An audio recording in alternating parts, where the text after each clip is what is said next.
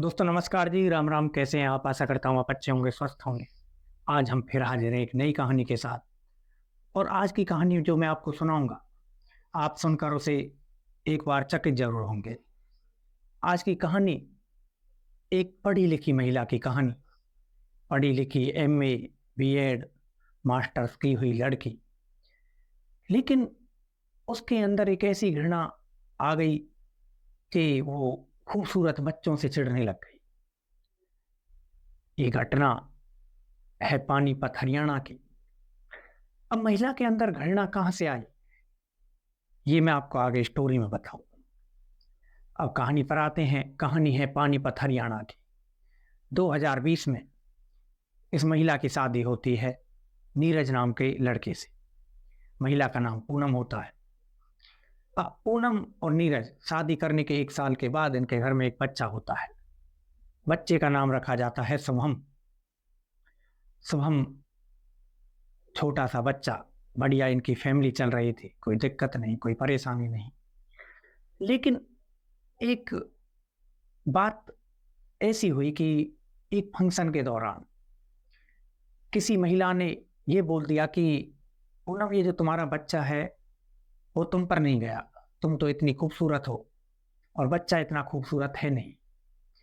तो जब तो पूनम चुपचाप आ गई, अपने घर आ गई और घर नॉर्मल चलता रहा। लेकिन उसके अंदर एक ऐसी घृणा जन्म ले चुकी थी कि उसने उसको ऐसा हत्यारा बना दिया, ऐसा सीरियल किलर बना दिया, या साइको किलर बना दिया। और साइको या सीरियल, ये तो आप बताइएगा। तो अब कहानी की शुरुआत करते हैं। अब जो पूनम होती है, इनके घर इनकी नंद आती है रहने के लिए। इनकी नंद और नीरज की बहन, उसकी एक बच्ची 11 साल की, नाम था उसका इसिका। इसिका और शुभम आपस में खेलते। इसिका देखने में सुंदर, स्मार्ट, प्यारी सी छोटी सी लड़की। दोनों आपस में खेल रहे थे बच्चे। 1-2 दिन बीते, अच्छे खेलते रहे।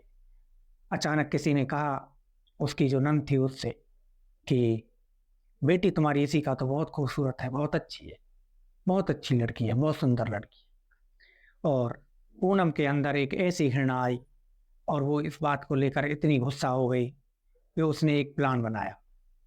प्लान ये बनाया कि वो इसिका को लेकर गई ऊपर छत पर। छत पर थी एक टंकी, टंकी ड्रम, और उसमें पानी भरा हुआ था। अब ये जो पूनम होती है, इसिका को उठाती है और ड्रम में डाल देती है। पानी से भरी हुई टंकी, और इसिका उसमें, बुलबुले उसके आ रहे थे क्योंकि वो डूब रही थी और वो हाथ झटपटा रही थी। इसी के बीच में उसका बच्चा शुभम, खुद पूनम का लड़का, 3 साल का हो चुका था। ये कहानी 2023 की है जो मैं अब बता रहा हूं। और जो ये केस खुला, वो खुला 2025 में, अक्टूबर के आसपास। तो पीछे से आ जाता है शुभम, मम्मी मम्मी करता हुआ। देख लेता है कि मम्मी ने इसिका को डाल दिया है टंकी में। अब जो पूनम थी वो एक असमंजस में फंस चुकी थी। उसे डर था कि शुभम कहीं किसी को बता ना दे। हालांकि 3 साल का ये लड़का बताता या नहीं बताता, लेकिन पूनम ने रिस्क लेना सही नहीं समझा और अपने खुद के जन्मे हुए बेटे को उठाया और पानी की टंकी में डाल दी। अब इसिका और शुभम दोनों झटपटा रहे थे और कुछ मिनटों बाद दोनों शांत हो गए। शांत हो गए दोनों। अब कन्फर्म हो चुका था कि उनकी मौत हो चुकी है। अब पूनम देखती है इधर उधर और नीचे आ जाती है और नॉर्मल काम धंधे में लग जाती है। अब थोड़ी देर बाद बच्चों को ढूंढा जाता है। बच्चे आए, घर में थे नहीं, तो सभी ढूंढते हैं। और ढूंढते ढूंढते जब ऊपर पहुंचते हैं, पानी की टंकी में देखते हैं, तो सभी की आंखें फटी की फटी रह गई। 2 बच्चों की लाश उस टंकी में तैर रही थी और घर में रोना चालू हो जाता है। घर में दुख की घड़ी थी, सभी रो रहे थे, पूनम भी रो रही थी। सभी को बस रोना आ रहा था। पूनम पर कोई शक नहीं क्योंकि उसका खुद का बच्चा मर चुका था। अब ये कहानी धीरे धीरे शांत हो जाती है, सभी इसे दुर्घटना मानकर चुप रह जाते हैं। अब 2023, अब नॉर्मल लाइफ फिर चलने लग जाती है। मरने के बाद बच्चों के फिर पूनम प्रेग्नेंट होती है और फिर उस पर एक बच्चा होता है छोटा सा, फिर लड़का होता है। 2023 से 2025 आ जाता है और पूनम अब अपने मायके जाती है रहने के लिए। पूनम मायके पहुंच गई, वहां पर रहने लगी।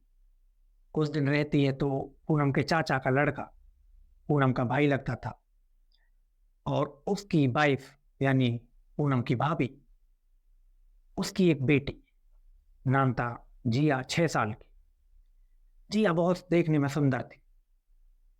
अब ऐसे ही, अब दोस्तों हैरानी वाली बात ये थी देखना कि जो जिया की माँ थी वो खुद पूनम के बच्चों को, जो छोटा सा उसका बच्चा था, उसकी केयर टेकर के तरह काम कर रही थी, उसको पालती, नहलाती, धुलाती। लेकिन पूनम ने इस बात का भी कोई एहसान नहीं समझा। अब जो जिया होती है उससे बच्चे, जो उसकी वहां की महिला होती हैं, कि बोलती हैं कि देखो कितनी सुंदर लड़की है। अब पूनम को गुस्सा आता है, पूनम जिया से चिढ़ने लग जाती है। देखो सुंदर बच्चों से कितनी घृणा थी पूनम को।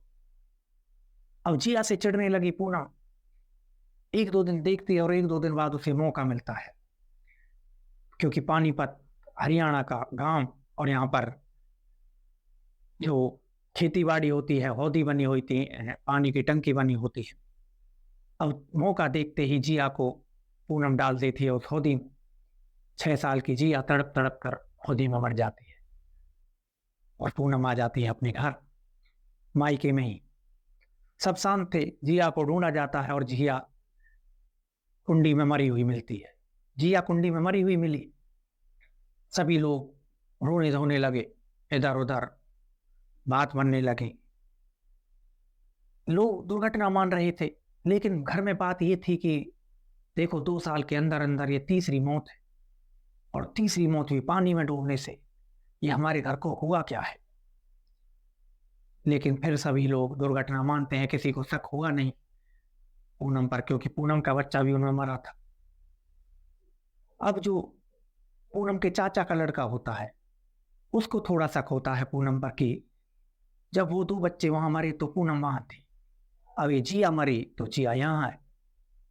लेकिन कोइंसिडेंस समझकर ये बात इग्नोर कर दी जाती है और बात आगे बढ़ जाती है, मामला शांत हो जाता है। अब मामला शांत हो गया, पूनम अपने घर चली गई ससुराल, वहां जाकर रहने लगी। कुछ महीने बाद, शायद अक्टूबर में 2025 में, शादी थी जो नीरज है पूनम का हस्बैंड, उसके मामा के लड़के की। अब जो मामा का लड़का है उसकी शादी में सारी फैमिली जाती है, उसमें पूनम भी जाती। हंसी खुशी से शादी की तैयारी चल रही थी। बारात जाने का दिन, पूनम भी बारात में जाने के लिए रेडी हो रही थी। तो वहां पर एक लड़की होती है विधि, 3 साल की नन्ही सी लड़की, बच्चे। और क्योंकि बारात जा रही थी तो विधि ने कपड़े पहन रखे थे, सुंदर, एक बेबी डॉल की तरह प्यारी सी गुड़िया लग रही थी। तो वहां की जो महिलाएं होती हैं वो बोलती हैं देखो कितनी प्यारी गुड़िया गुड़िया लग रही है। अब पूनम का दिमाग सटक जाता है। पूनम के अंदर एक ऐसी सनक कि वो सुंदर तो किसी को सुन ही नहीं सकती थी। क्या ये जो रीजन था वो ये इसका बच्चा, जिससे ये कहा गया था कि वो इतना सुंदर नहीं है, ये था, या फिर ये साइको थी, या ये सीरियल किलर थी? दोस्तों बताना जरूर।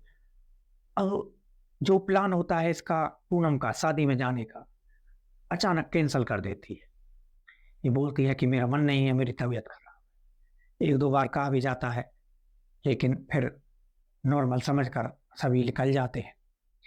विधि अपनी फैमिली के साथ शादी में जाती, विधि भी वहीं थी। सभी महिलाएं इधर उधर बैठी हुई होती है। अब मौका देखते ही जो पूनम होती है विधि को उठाती है और घर में पीछे बने स्टोर रूम में जाती है। स्टोर रूम में एक टब रखा हुआ था, विधि को पता था, पूनम को पता था कि यहाँ पर एक टब है। वो टब को पानी से भरती है और विधि का सिर उसमें डुबा देती है। जब तक विधि झटपटा कर मर नहीं जाती, जब तक उसे छोड़ती नहीं। लेकिन इस झटपटाहट में पानी की जो बूंदें होती हैं, पानी होता है, वो पूनम पर चला जाता है, पूनम गीली हो जाती है। अब पूनम स्टोर रूम का ताला लगाती है, लॉक करती है और बाहर आ जाती है। बाहर आ गई, महिलाएं देखती हैं कि ये भीगी कैसे हुई है, ये तो नहा चुकी है पहले ही। बताती है तो बोलती है कभी पूनम थोड़ी घबराहट में कि दूध गिर गया, वो साफ करके आई। कोई बात नहीं, लोग शांत हो गए। विधि का किसी को अभी पता नहीं था। लेकिन जब विधि को शादी में जाना था, ढूंढा गया तो विधि मिली नहीं। सभी परेशान। अब विधि को खोजबीन हुई चालू, सभी ढूंढ रहे थे, पूनम भी ढूंढ रही थी। अचानक विधि स्टोर रूम खोला जाता है तो वहां मृत पाई जाती है। विधि मृत मिली, सभी लोगों में हंगामा मच गया। अब 4 मौतें हो चुकी थी।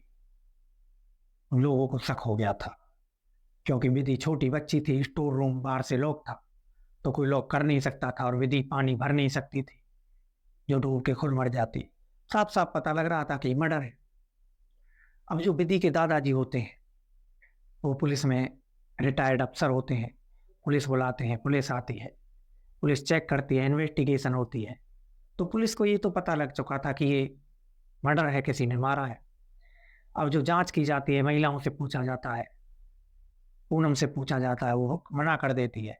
लेकिन तभी एक महिला बोलती है कि पूनम के कपड़े भीगे हुए थे। अब शक होता है पुलिस को, पूनम को ले जाया जाता है पुलिस स्टेशन, पूछताछ होती है, तो वो वहां पर कबूल करती है कि हाँ, मैंने ही विधि को मारा है। अब जो पुलिस होती है वो पर्दाफाश कर देती है कि विधि का कत्ल पूनम ने किया है। लेकिन इसी बीच पुलिस के सामने एक बात चल रही थी कि देखो, चौथा मृत्यु है और हमारे घरों में सभी पानी में डूबकर बच्चे मर रहे हैं, ऐसी कौन सी नजर लग गई, क्या हुआ। पुलिस इस बात को सुन लेती है। पुलिस के अफसरों तक, बड़े अफसरों तक ये बात जाती है। दोबारा से इन्वेस्टिगेशन होती है, पूनम से पूछताछ होती है, पूछा जाता है, धमकाया जाता है, अपने तरीके से उससे राज उगलवाए जाते हैं। और पूनम तब कबूल करती है कि हाँ, मैंने ही चारों बच्चों को मारा है। तो दोस्तों, ऐसी थी ये महिला, पढ़ी लिखी हुई महिला। इसको हुआ क्या, सोचने की शक्ति नहीं, समझने की शक्ति नहीं, शायद सब कुछ खो बैठी, अपने बच्चे को मार बैठी एक छोटी सी बात के ऊपर। पूनम को गिरफ्तार कर लिया गया है, केस चल रहा है। दोस्तों, ये थी आज की कहानी। और आप जरूर बताइएगा कि आपको क्या लगता है, क्या पूनम साइको किलर थी या सीरियल किलर, या उसे अपने बच्चे के बुरा होने का, जो लोगों ने कहा कि ये सुंदर नहीं है, उसका बुरा लगा। बताइएगा जरूर कमेंट करके। अगर आपको कहानी पसंद आई तो कृपया करके मेरे चैनल को सब्सक्राइब जरूर करना। दोस्तों, फिर हम मिलेंगे कल एक और नई कहानी के साथ। कल तक के लिए राम राम जी, नमस्कार।